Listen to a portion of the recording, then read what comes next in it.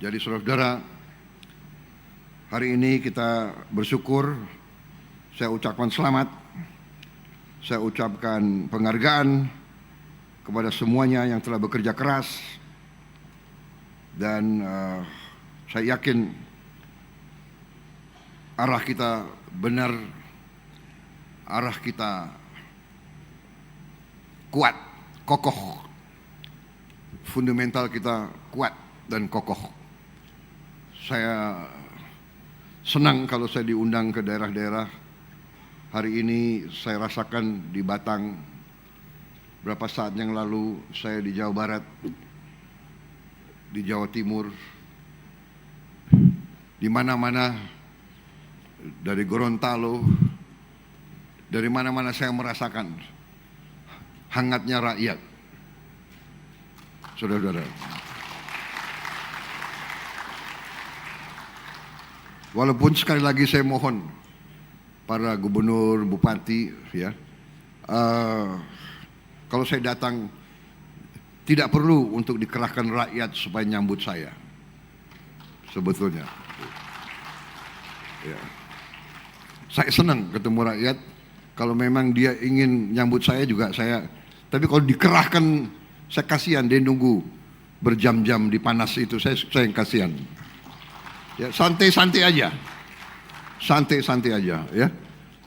Yang penting kita bekerja untuk rakyat, itu yang penting. Saya yakin rakyat tahu pemerintah yang ini sekarang bekerja sungguh-sungguh untuk rakyat Indonesia. Bekerja sungguh-sungguh untuk rakyat Indonesia. Kita tidak ada kepentingan lain, ya. Tidak ada kepentingan lain. Dan dengan demikian hasil yang kita capai sungguh membanggakan, sungguh membanggakan di tengah dunia yang penuh dengan bahaya. Saya kira itu dari saya, saudara-saudara. Tadi sudah banyak oleh Pak Ara, sangat detail, ya. Benar nggak? Tidak perlu diulang-ulangi. Hari ini saya kira media, ya, biar diliput semua baik, semua senyum, ya. Jaksa Agung, Kapolri duduk baik, Kapolda sama Kajari juga rukun, baik, semuanya baik. Dan hari ini nggak ada ucapan-ucapan dari saya yang terlalu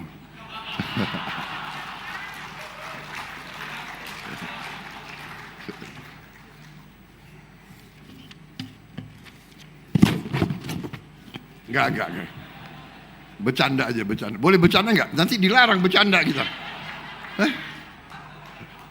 Apa ada larangan bercanda? Saya enggak tahu. Boleh? Enggak, presiden kan harus serius.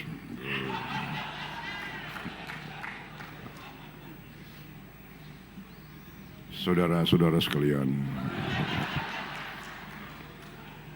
saya ucapkan selamat kepada Menteri Perumahan dan semua jajarannya. Wassalamualaikum warahmatullahi wabarakatuh.